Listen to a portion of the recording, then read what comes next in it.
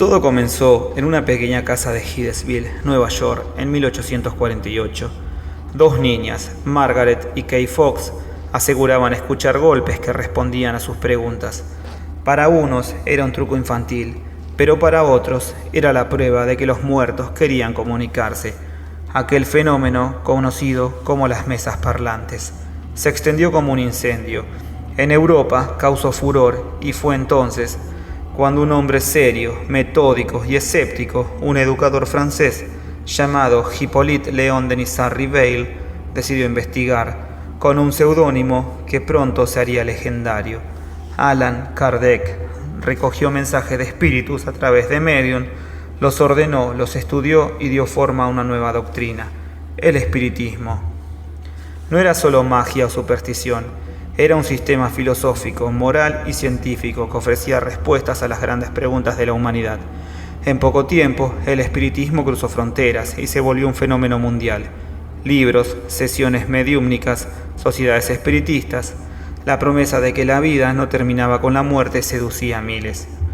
Pero no todos estaban dispuestos a aceptar este nuevo paradigma. La Iglesia lo condenó por atentar contra los dogmas tradicionales. La ciencia oficial, que empezaba a consolidarse con autoridad absoluta, ridiculizó y atacó ferozmente el espiritismo, considerándolo superstición, ilusión o simple fraude. Así comenzó una batalla silenciosa, no solo por el control de las creencias, sino por el alma misma de la humanidad. Hoy vamos a recorrer esa historia, la historia de cómo los espíritus buscaron hacerse oír y cómo los hombres intentaron silenciarlos.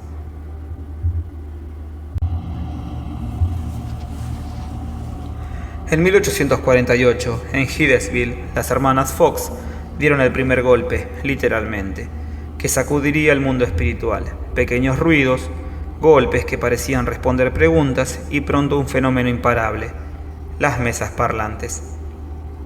Las personas se reunían en salones, colocaban las manos sobre las mesas y esperaban que se movieran o respondieran. Para algunos era un juego, para otros una señal de otro mundo. La noticia cruzó el Atlántico. En Europa estas manifestaciones fueron vistas con una mezcla de fascinación y escepticismo. Entre los curiosos estaba un hombre que no se dejaba impresionar fácilmente, Hippolyte Léon Denisard Ribeil. Formado en el rigor de la pedagogía de Pestalozzi, Ribeil era un científico del espíritu humano. Mucho antes de que existiera la psicología moderna, no creía en lo sobrenatural, pero tampoco negaba sin investigar.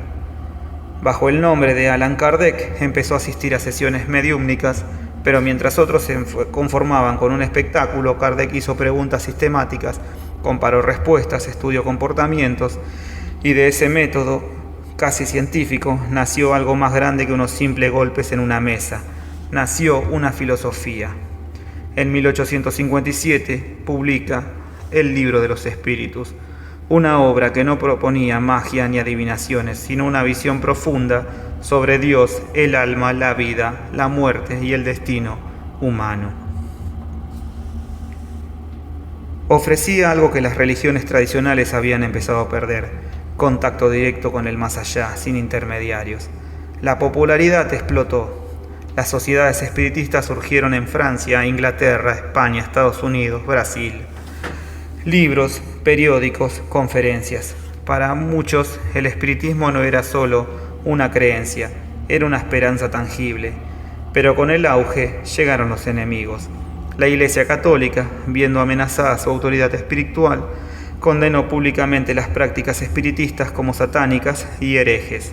Al mismo tiempo, la ciencia positivista, liderada por figuras como Émile Littré y Claude de Bernat, se negó rotundamente a aceptar fenómenos que no pudieron ser replicados en el laboratorio. Para ambos poderes religiosos y científicos, el espiritismo era una amenaza, una ruptura con el dogma y un desafío al materialismo. Comenzaba así una guerra silenciosa, una lucha por definir quién tendría la última palabra sobre el misterio de la existencia.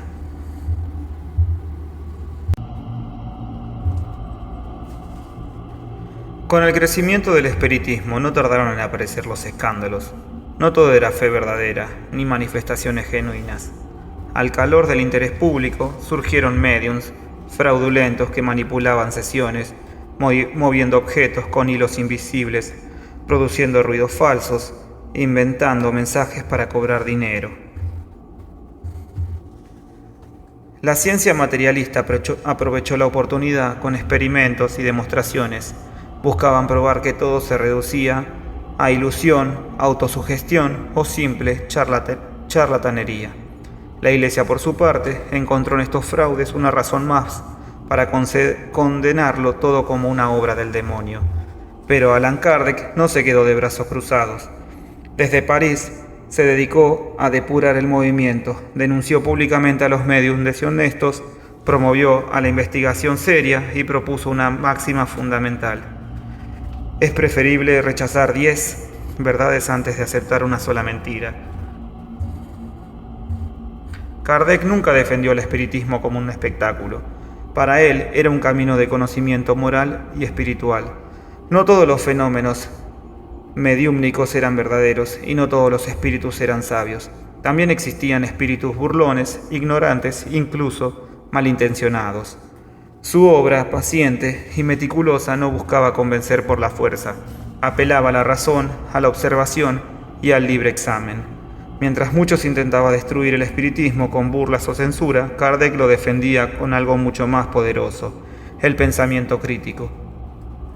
A pesar de los ataques, el espiritismo siguió creciendo, especialmente en América Latina, donde encontró un terreno fértil, en Brasil, que hasta hoy es considerado su principal bastión. A finales de 1869, Allan Kardec, el hombre que había dado forma al espiritismo, falleció a los 65 años. Su vida fue una constante lucha por dar a conocer una obra o su obra y por demostrar que el espiritismo no era una moda pasajera ni una simple creencia, sino una verdadera filosofía moral y científica. Aunque no vivió para ver el futuro de su creación, su legado trascendió. Después de su muerte, el espiritismo no solo sobrevivió, sino que floreció, especialmente en Brasil, donde aún hoy se sigue practicando con miles de adeptos, centros espiritistas y una rica tradición literaria y filosófica. Sin embargo, la batalla no terminó con su muerte. La ciencia y la Iglesia nunca cesaron en sus esfuerzos por desacreditar el espiritismo. A pesar de los ataques, el movimiento nunca dejó de expandirse. En el siglo XX, importantes figuras como el médium Chico Xavier, un claro continuador de la obra de Kardec, llevaron al espiritismo a nuevas alturas. El legado de Kardec, sin embargo, no se encuentra solo en las enseñanzas sobre la vida después de la muerte o los fenómenos paranormales. Lo que dejó fue una investigación a pensar, a cuestionar y avanzar moralmente. Su espiritismo no solo habla de espíritus, sino de humanidad. Nos recuerda que somos responsables de nuestro progreso, que la vida tiene un propósito y que cada uno de nosotros puede evolucionar, aprender y, sobre todo, mejorar. A lo largo de más de 150 años, el espiritismo ha demostrado que más allá de las críticas y los ataques, las ideas de Kardec siguen vigentes. La búsqueda de la verdad, el diálogo con lo invisible, la reflexión sobre nuestro destino, todo sigue presente. Porque al final, la pregunta que Kardec planteó no es solo una de curiosidad, sino de transformación. ¿Quiénes somos? ¿De dónde venimos? ¿Y a dónde vamos? Quizá, como él mismo decía, la única verdadera respuesta es la que nos da nuestra propia existencia. El espiritismo de Allan Kardec no solo habla de lo que ocurre después de la muerte, sino de lo que ocurre mientras vivimos. Nos invita a ver más allá de lo evidente, a cuestionar nuestras creencias y, lo más importante, a asumir la responsabilidad de nuestro propio destino. En una época donde todo era explicado por dogmas y certezas absolutas, Kardec propuso algo revolucionario: la búsqueda de la verdad a través de la razón y la experiencia. Nos mostró que más allá de las sombras, de las religiones y de los miedos, hay una constante: el proceso de evolución no solo del espíritu, sino de la conciencia humana. El espiritismo nos recuerda que la muerte no es el final, sino una transición. Pero más allá de esa creencia, lo que realmente importa es cómo vivimos. ¿Estamos eligiendo la compasión, la justicia y el amor en nuestras acciones diarias? ¿Estamos aprendiendo de nuestras experiencias o nos quedamos atrapados en las sombras del miedo y la ignorancia? Quizás la verdadera esencia del espiritismo no esté en los mensajes de los muertos, sino en lo que hacemos con los mensajes que recibimos de nuestra propia vida. El legado de Kardec, entonces, no está en las respuestas que nos dio, sino en las preguntas que nos invita a seguir haciendo, porque al final la mayor verdad que nos podemos encontrar está dentro de nosotros mismos.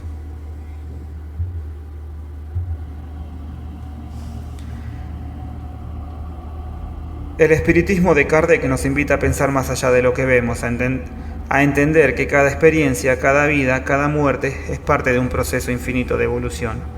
Nos cuestiona no solo sobre el más allá, sino sobre lo que estamos haciendo aquí y ahora.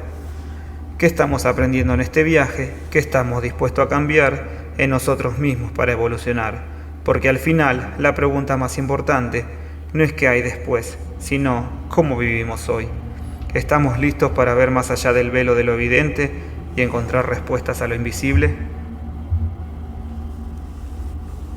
Este es el llamado del espiritismo de Kardec. Buscar la verdad en cada rincón de nuestra existencia, sin miedo, sin prejuicios. Gracias por acompañarnos en este viaje. Recuerda, más allá del velo de la vida y la muerte, hay siempre algo para descubrir. Buenas noches.